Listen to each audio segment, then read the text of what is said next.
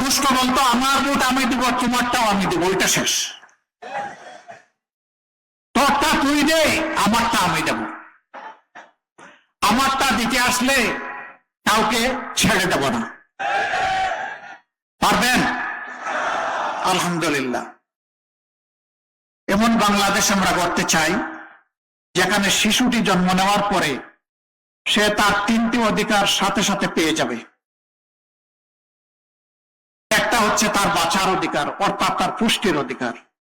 দ্বিতীয়টা তার সুস্বাস্থ্য রক্ষার অধিকার, অর্থাৎ স্বাস্থ্য সেবা। তৃতীয়টা তার শিক্ষার অধিকার। এই দিয়ে শুরু। এরপরে সে কিশোর হবে, যুবক হবে, সুশিক্ষা নেবে, সে দক্ষ হবে, সে দেশে কিংবা বিদেশে এই দেশের জন্য কাজ করবে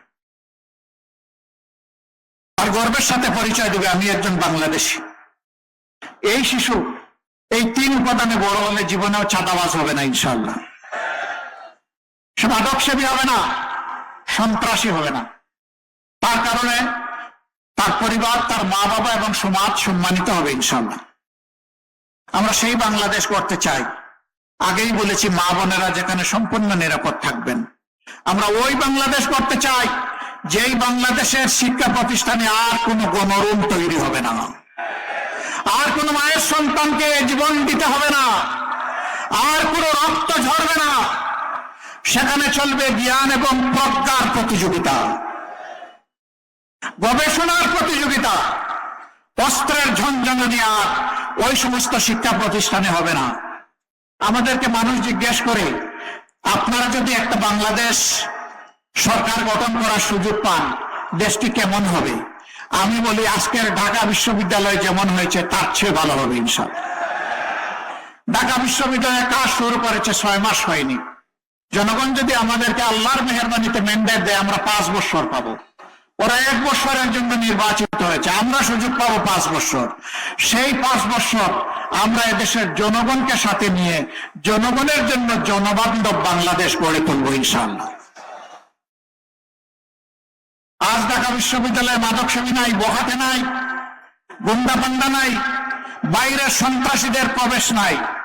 আজকে সেখানে আছে সুস্থ পরিবেশ আর শিক্ষার প্রতিযোগিতা। সেই বাংলাদেশি আমরা স্বপ্নে দেখি, ওই বাংলাদেশি আমাদের ভীষণ, ওই বাংলাদেশি ইনশাআল্লাহ আমরা গড়ব।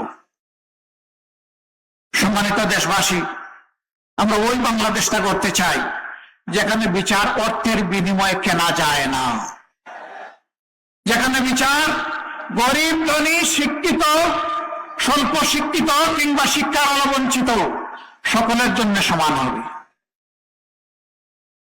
ওই বাংলাদেশকে আমরা চাই যেখানে ধর্মে ধর্মে আর কোন সংঘাত হবে না,